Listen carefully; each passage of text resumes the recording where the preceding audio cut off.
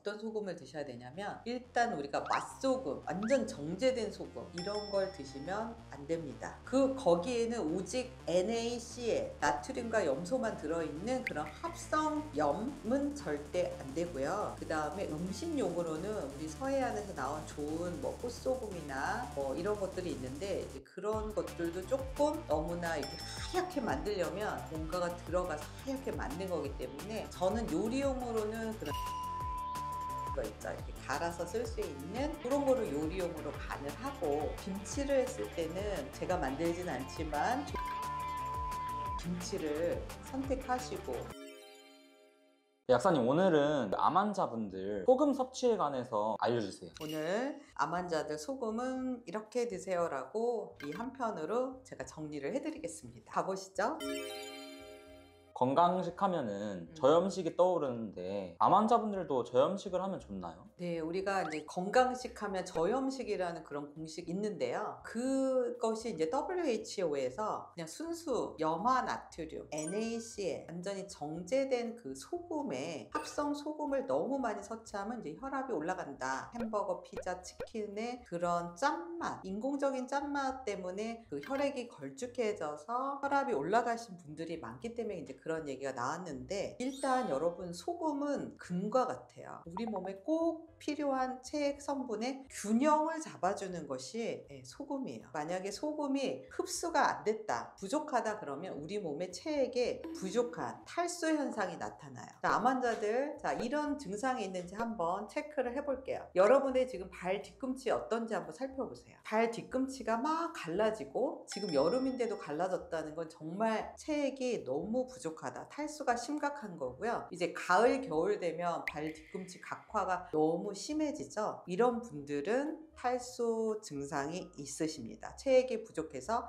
소금이 꼭 필요한 분이에요. 제가 정말 가을 겨울에 발 뒤꿈치가 말도 못하게 갈라졌었거든요. 근데 우리 어린아이들 보세요. 젊은이들 보세요. 발 뒤꿈치 갈라진 젊은이들 봤어요? 못 보셨을 거예요. 그들이 식단을 막 먹는다 할지라도 그들은 아직 이 삶에서 부족하지 않은 거예요. 소금의 양이 균형에 아직은 잘 잡고 있는데 40대가 딱 넘어가 보면 피부가 건조해지면서 특히 그 발 뒤꿈치로 이게 각질, 각화 증상이 되게 심하고 혀에는 백태가 굉장히 많이 꼈다든지, 어르신들 입이 마르다, 지금 40대 50대인데도 입 마르시는 분들은 정말 소금이 절대적으로 필요하신 분이십니다. 그리고 대변이 정말 토끼똥처럼 나오고 너무나 정말 치열이 생길 정도로 이렇게 대변이 굳어지는 거, 이것도 소금 부족의 현상이에요. 목마름이 너무 심하다, 더 콜라 마시고, 그죠? 그런데다가 콜라나 커피 같은 걸 드시게 되면 갈증은 더 심각해지시는 거예요. 콜라, 뭐 사이다, 그다음에 이제 탄산, 그다음에 커피 마시면 소변으로 막 수분이 배출이 되면서 우리 몸에 유지돼야 되는 체액이 부족해지는 거예요. 특별히 어디에 체액이 부족하냐면, 자, 제가 항상 세포를 얘기하잖아요. 세포 내막과 외막의 균형이 잡혀져야 돼요. 물이 부족하면 세포 내로 그 물이 들어가려면 이 통로가 바로 나트륨이에요. 소금, 칼륨, 뭐 마그네슘, 칼슘, 이게 균형이 전해질이라고 하는데 이 균형이 딱 잡아야 물이 들어가고 나오고 하면서 이 세포가 탱글탱글해지는 거예요. 소금이 부족하면 다 쪼그라드는 거죠. 암 환자는 세포가 변화된 거거든요. 세포가 변화되면서 쭈그러들면서 변형이 되기 시작한 게 모여진 게 딱딱한 암이 되는 겁니다. 그래서 소금이 부족하면 우리 몸의 어딘가가 굳어지는 거예요. 자, 혈액 내에도 혈액량이 충분하게 쫙쫙쫙 돌아가야, 자, 손발도 시렵지 않고, 그죠? 손끝 발끝까지 혈액이 쫙 가야 되는데, 여러분 젊은 분들 혈압이 높은 게 아니라 도리어 나 어지러워, 앉았다 이러는데 핑 돌고 어지러운 분 있잖아요. 저혈압 증상, 이것도 혈액량이 부족한 거예요. 그게 원인이 전해질 부족, 나트륨이 혈액 내에 부족하기 때문입니다. 그래서 이런 분들도 뭘 드셔야 된다? 소금을 드셔야 되는 거예요. 그리고 저는 머리가 항상 너무 띵하고 집중이 안 돼요 라는 분들도 마찬가지입니다. 제가 50 이전에는 항상 멍한 머리 상태였거든요. 두통과 머리가 멍해서 이걸 깨우기 위해서 아침마다 커피 마시면서 간신히 정말 이 카페인의 각성으로 일을 했었는데요. 지금은 제가 아침부터 머리가 항상 맑아요. 왜일까요? 저희 이제는 전해질 균형이 딱 맞았다는 뜻이에요. 그리고 자다가 돌덩이처럼 막 다리 종아리가 막 굳는 분들 있어요. 이것도 지금 마그네슘이나 나트륨 균형이 깨져 있는 것입니다. 그래서 오늘 여러 가지 그 증상들을 말씀드렸는데 여러분들 아마 해당이 되실 거예요. 저는 지금 발 뒤꿈치가 너무 부드러워진 게 지금 저는 행복 요소 중에 하나고요. 갱년기, 남자나 여자분들 갱년기가 오시면 주름이 자글자글하게 지죠.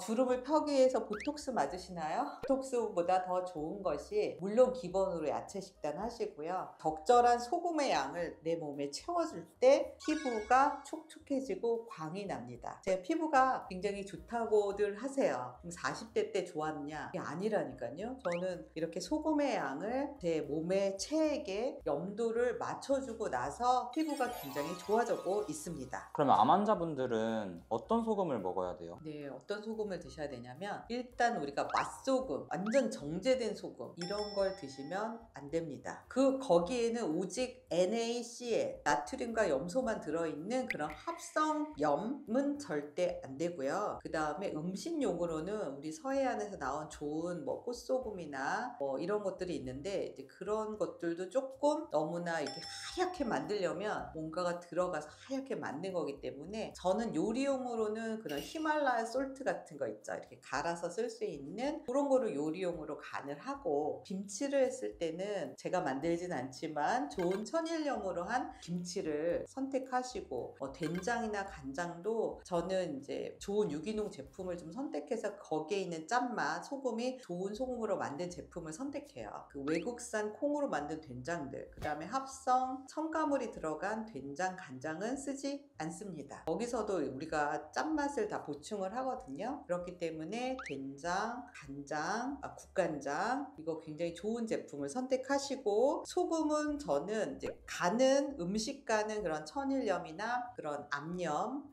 히말라야 솔트를 하고요. 제가 따로 먹는 그 죽염을 선택을 해요. 아침에 일어나서 죽염 한 꼬집을 이렇게 컵에다가 이렇게 넣어서 마시는 거예요. 미온수에다가 이렇게 마실 때 짜! 이러면 안 되고요.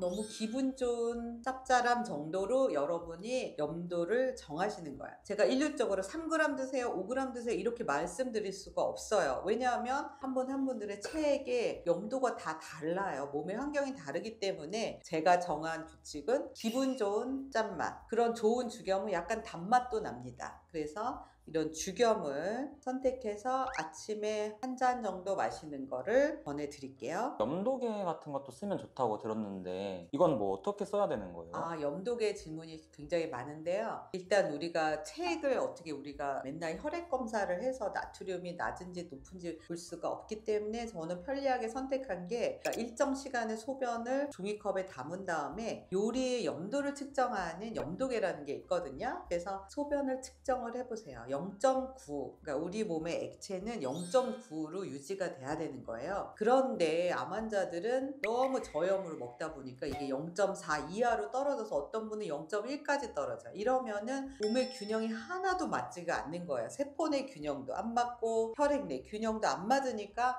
아무리 항암을 하던 무슨 좋은 약을 먹어도 효과를 볼 수가 없어요. 그래서 제가 암 환자들한테 무조건 처방하는 게 뭐다? 1번이 죽염이라니까요. 죽염을 드시면서 하는데 그 대신 똑같은 양을 제가 동일하게 드시라고 말할 수가 없다니까요. 그래서 염도를 측정을 해보는 거예요. 환자분들이 저한테 약사님 이제 0.8이에요. 그러면 열심히 하신 거죠. 조금만 하면 0.9. 정상인들은 뭐 1.0, 1.1 그날 뭐를 먹었느냐에 따라서 1점대가 넘어가는 것도 있는데 괜찮습니다. 그리고 아침 소변으로 이제 재보시는 거죠. 아침에 소변 한번 보고 너무 아침에 묽을 수 있으니까 어느 정도 물 조금 마시고 이렇게 한번 재보시면 일정한 시간에 재보셨을 때 제가 한참 전에 항암했을 때 재봤더니 0.4였더라고요. 근데 저희 환자들이 대부분 0.4, 0.6 이렇게 위치하고 있어요. 근데 정상인은 재보면 0.9, 1.0, 1.1이 나와요. 그래서 여러분들이 특히 암 환자들은 소금의 양을 조금 늘리는데, 그러니까 식단에서는 너무 저염을 하실 필요 없고 좋은 소금으로 맛있게 간을 해서 드세요. 짭짤한 정도를 하시라는 거죠. 그리고 소금을 따로 조금 한 컵 정도 마셔주셔라. 그리고 염도계를 한번 체크를 해보라. 염도계 뭐가 좋은지 또 질문이 많으실 텐데요. 쿠팡의 염도계, 요리 염도계 쳐서 적절한, 거의 비슷할 거예요. 예, 저렴하거든요. 그래서 하나 정도 마련하시면 좋으실 것 같습니다. 소금이랑 같이 먹으면 좋은 항암식품 뭐가 있을까요? 저는 이제 소금이랑 아침에 몽땅 주스를 그릇이나 밥 대접에 이렇게 넣으신 다음에 거기다가 죽염을 넣죠. 아, 그러니까 몽땅 주스에 그러면 소금을 넣으시는 거예요? 네네. 아, 그거를 맨주스만 먹잖아요. 그럼 진짜 또 저염으로 가는 거예요. 그래서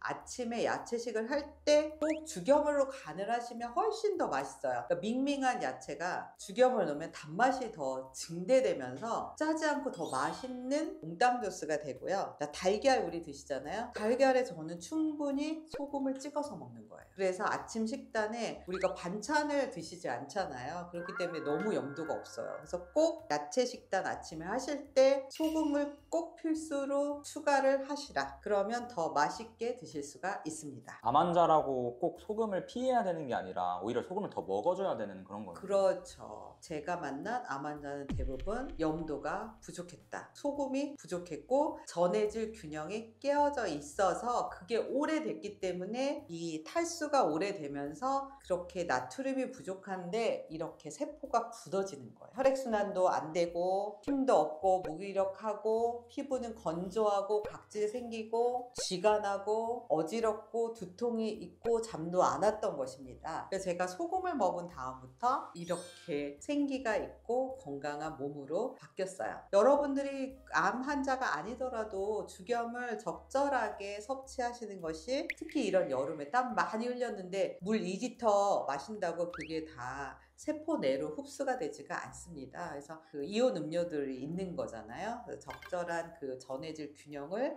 맞춰주시는 것이 건강으로 가는 지름길이었습니다. 근데 소금 좋다고 해가지고 막 소금 드시는 분도 또 있을 것 같거든요. 음. 그러면 어떤 음식들을 또 피해야지 이런 음. 소금 과다 섭취를 좀 방지할 수 있을까요? 네, 죽염 막 드시는데 우리가 베이컨이라든지 가공한 짠맛 나는 과자 있잖아요. 그리고 그 감자튀김 이런데 굉장히 그 소금 나트륨 함량이 높은 거예요. 그러니까 무조건 저는 햄버거, 뭐 피자, 치즈, 그다음에 인스턴트 그 라면 얼마나 짭니까? 라면 먹고 나면 붓는다고 하는 이유가 너무 짠 거예요. 그런 거를 드시면서 죽염까지 드시면 안 되는 거고요. 이런 것들을 나쁜 피할 음식을 빼고 건강한 소금 섭취를 하셔라 라는 것이에요. 네, 오늘 소금에 대한 말씀 드렸는데 어렵지 않습니다. 죽염, 뭐 저렴한 죽염부터 비싼 죽염까지 많은데 네, 여러분 적절한 제품을 선택하셔서 일단 조금 한 꼬집으로 시작하시는 거예요. 한 작은 티스푼도 어떤 분들에게 굉장히 그 양이 많다고 느껴질 수 있으니까 조금 한 꼬집으로 해서 그냥 소금을 넣은 듯 만 듯부터 시작해서 조금씩 소금의 양을 늘려가시면 됩니다. 오늘도 치유의 지름길을 제가 안내해 드렸는데요. 도움이 되셨다면 좋아요, 구독,